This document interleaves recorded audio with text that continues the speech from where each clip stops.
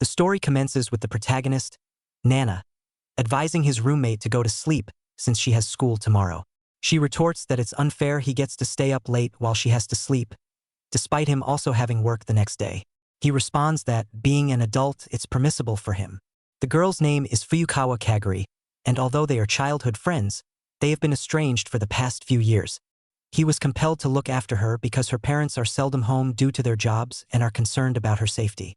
Typically, no one would entrust their daughter to a man living alone, especially one as beautiful and enchanting as she is. During their conversation, she inquires why all his shirts are white and mentions that she is wearing one of his shirts. He is taken aback, as he often finds her wearing his clothes at will. He pinches her cheeks and jests that she is so pale that when she wears white clothes, he can hardly distinguish her face. She explains that she feels comfortable in oversized clothing and asks if he would at least allow her to relax while staying with him. He understands, recognizing that she must be exerting effort to behave properly outside.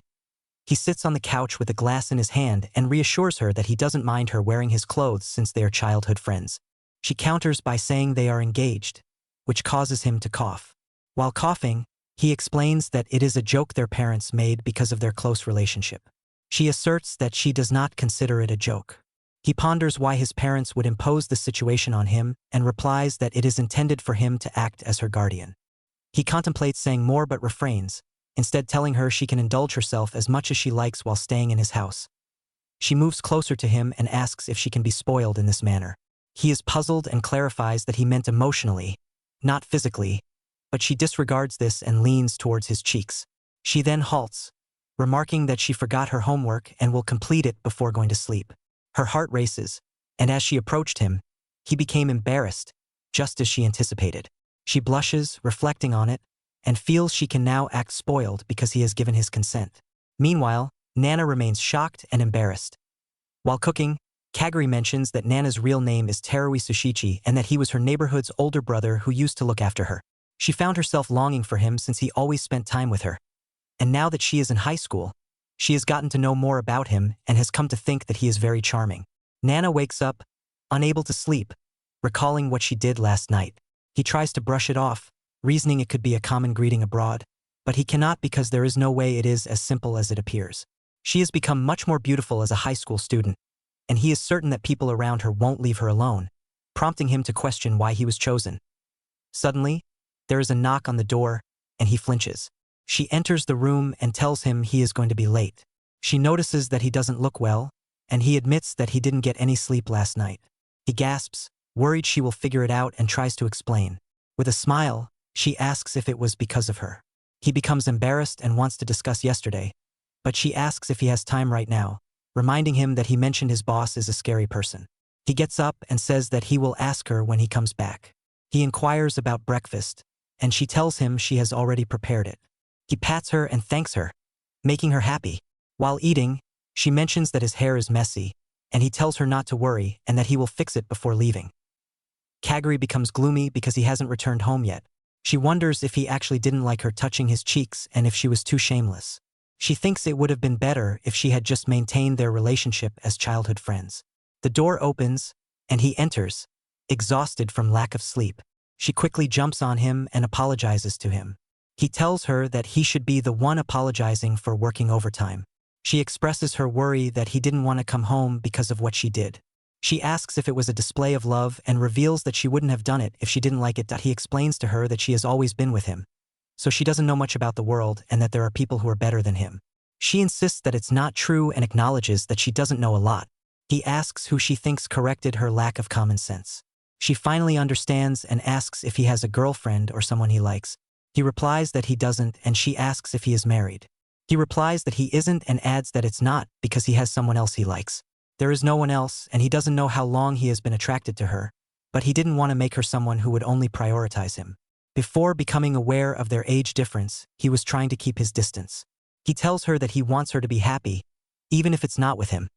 She asks if he doesn't like her, catching him off guard. Before he can respond, she hugs him. He explains that he hasn't said anything yet, and she replies that she got the gist of it. In order to get the answer she wants from Nana, she is going to spoil him. He is puzzled. From that point onwards, regardless of his intentions, her persistent and gentle assault begins, like falling snow at a tea school. Kageri's friend asks if she is going back home, and she replies with a yes and says she will see her tomorrow. They remark that her manners are also beautiful, like she came straight out of a fairy tale, but they wonder why she always goes home after school ends and whether she attends lessons or cram school. When she is outside, she acts well-behaved and polite, but at home, she acts differently. Since their exchange that day, she has been like this every day, and Nana wonders if she even knows what she is doing. He tells her that their relationship is still one of childhood friends, but she doesn't like it and insists that they are engaged, though he disagrees. She asks if he hates her. He shakes her off and tells her that it's a devilish way of asking, done on purpose, revealing that she really is a devil. He blames himself for not answering her properly, thinking that if only he could reject her. He sits and sighs. She looks worried and grabs him, pressing his head to her chest. He becomes embarrassed and flustered. He starts sweating and asks what she is doing. She tells him she felt something wicked in the air, and he responds that the only wicked thing is her. He finds himself held down in an awkward position, unable to gather his strength, and gets dizzy because she just came out of the shower and smells very nice, and is also very soft. She giggles and reveals that she has been wanting to do this with him for a long time. He blushes and tells her to stop calling him Nana-kun, but she replies that she won't. He feels exasperated because he is at the mercy of her affection, leaving no room for him to act mature.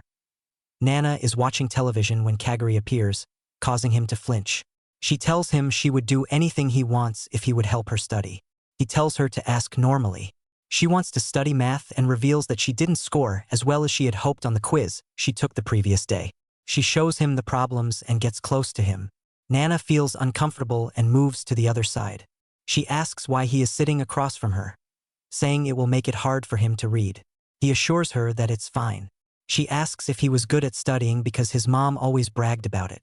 He replies that he wasn't that good, but he was in the top 5 of his class. He looks at the problem and tells her that it's not like she couldn't have done it, wondering what went wrong this time. He says she could have easily solved it if she remembered the basic formulas and questions if she had been paying attention in class. She tells him that her head was filled with thoughts of him when she was learning. She accidentally spills this out, starts to flutter, and didn't mean to say it. He hides his face and says that now she is embarrassed about it. He tells her that it's his fault her grades are slipping and asks if she wouldn't feel more at ease if she stayed at her own home. She starts crying and tells him he doesn't need to say that much. He is shocked and apologizes to her, promising that he will study with her until she understands. She reveals her blood sugar is low and tells him to give her a bite of the pudding he is eating. He gives her some, but she wants him to feed her. He sighs because she is already in high school and spoon feeds her, remembering doing this when they were kids. She tells him that one bite is enough and he apologizes, saying he did it out of habit. The scene shifts to the past. While returning from school, he notices Kageri and inquires about her presence there. He asks if she is alone, and she replies that she is always alone since her parents are at work, leaving no one at home. He recalls her mentioning that she likes cocoa, and she confirms this. He then explains that she knows he is adept at making cocoa and sees no reason why she wouldn't enjoy it. She appears puzzled, so he elaborates that it can only be made at his house. He mentions that their parents are close friends and that they can simply call her parents later, adding that his mother is home today. Unsure of what to do, she hesitates, but he reassures her that leaving her alone in the cold park would make him seem like a bad person. Reluctantly, she agrees to accompany him, stating that she can't let him appear as a bad guy. He understands and advises her not to go to the park alone. He has always been the protective older brother who cares for her and assists her whenever she is in distress. She feels that he is the one for her and believes he feels the same. She arrives at this conclusion because he remains impassive towards other women but exhibits a unique reaction towards her, becoming embarrassed when she gets close or touches him. Since he never stops her, she was able to behave this way in the past. However, she is uncertain why he doesn't admit his feelings and speculates that something might be preventing him. Observing him playing a game, she impulsively jumps at him. He cautions her to be careful and asks if she wants the game to end. She insists that he is skilled at games, so it doesn't matter. He retorts that his skill has no bearing in this situation. She recalls reading in a magazine that calling someone's name softly in their ear can be effective. Whispering his name startles him, and she explains that she called his name to get his attention. He tells her not to imply that she will continue doing it. Determined, she declares that even if there are obstacles preventing him from confessing his feelings, she will make him like her so much that those obstacles will no longer matter.